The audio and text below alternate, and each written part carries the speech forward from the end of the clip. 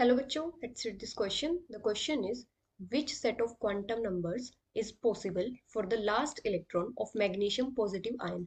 And the options are n equals to 3, l equals to 2, m equals to 0 and s equals to plus 1 by 2.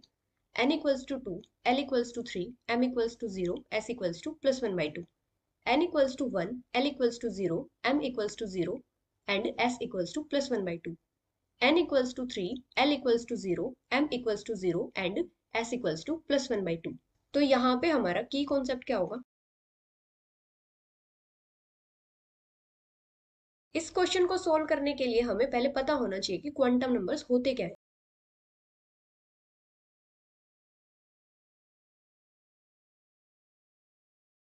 Quantum numbers क्या होते हैं? A set of quantum numbers जिनकी help से हम किसी भी electron को किसी एटम में लोकेट कर सकते हैं. और जो क्वांटम नंबर्स होते हैं ये कौन से होते हैं? N, L, M and S.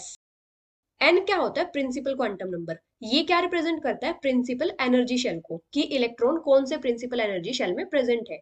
L क्या होता है? Azimuthal quantum number. और जो एजीम्यूथल क्वांटम नंबर होता है ये क्या रिप्रेजेंट करता है? सब शेल को, कि इलेक्ट्रॉन कौन से सब शेल में प्रेजेंट है. और एम क्या होता है? Magnetic quantum number. ये क्या रिप्रेजेंट करता है? कि इलेक्ट्रॉन कौन से ऑर्बिटल में प्रेजेंट है. और एस क्या होता है? Spin quantum number. ये क्या रिप्रेजेंट करता है? इलेक्ट्रॉन की स्पिन को. अभी जो एन की वैल्यूज होती हैं क्या क्या हो सकती हैं? जैसे 1, 2, 3 एंड सो ऑन. अभी जो एल की वैल्यूज होती हैं ये क्या होती है? 0 से लेके n-1 तक.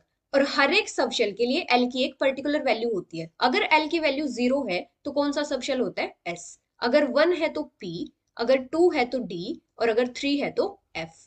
अभी जो एम की वैल्यूज होती हैं ये कहां से कहां तक होती है? -l से लेके +l तक. और जो एस की वैल्यूज होती हैं क्या क्या होती हैं? +-1/2.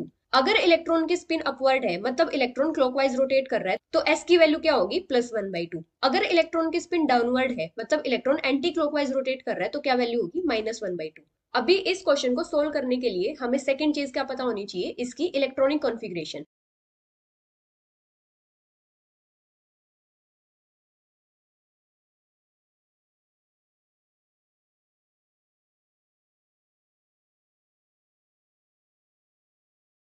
जो मैग्नीशियम होता है इसका एटॉमिक नंबर कितना होता है? 12. इसमें टोटल इलेक्ट्रॉन्स कितने होते हैं? 12 इलेक्ट्रॉन्स होते हैं. अभी यहाँ पे मैग्नीशियम पॉजिटिव है, इसका मतलब क्या है? यहाँ पे एक इलेक्ट्रॉन का लॉस हुआ है, तो इसमें टोटल नंबर ऑफ इलेक्ट्रॉन्स कितने होंगे? 11 इलेक्ट्रॉन्स. तो इसकी इलेक्ट्रॉनिक कॉन्फ़िगरेशन क्या हो जाएगी? 1s2, 2s2, 2p6, 3s1. तो जो लास्ट इलेक्ट्रॉन है वो कहाँ पे प्रेजेंट है? 3s ऑर्बिटल में. तो 3s के लिए n की वैल्यू कितनी होती है? यहाँ पे प्रिंसिपल एनर्जी शेल क्या है? 3. तो n की वैल्यू क्या हो जाएगी? 3. अभी s के लिए l की वैल्यू कितनी होती है? 0. अगर l की वैल्यू 0 है तो m की वैल्यू क्या हो जाएगी? 0. और यहाँ पे क्या है? सिर्फ एक ही इलेक्ट्रॉन प्रेजेंट है, तो जो एक इलेक्ट्रॉन होगा वो क्या रहेगा? अपवर्ड स्पिन में ही रहेगा. तो s की वैल्यू क्या हो जाएगी? +1/2. तो यहाँ पे जो क्वांटम नंबर्स का सेट होगा वो क्या रहेगा? 3, 0, 0, +1/2. So the final answer is n equals to 3, l equals to 0, m equals to 0 and s equals to +1/2, which is option D. Hope you understood it well. Best of luck.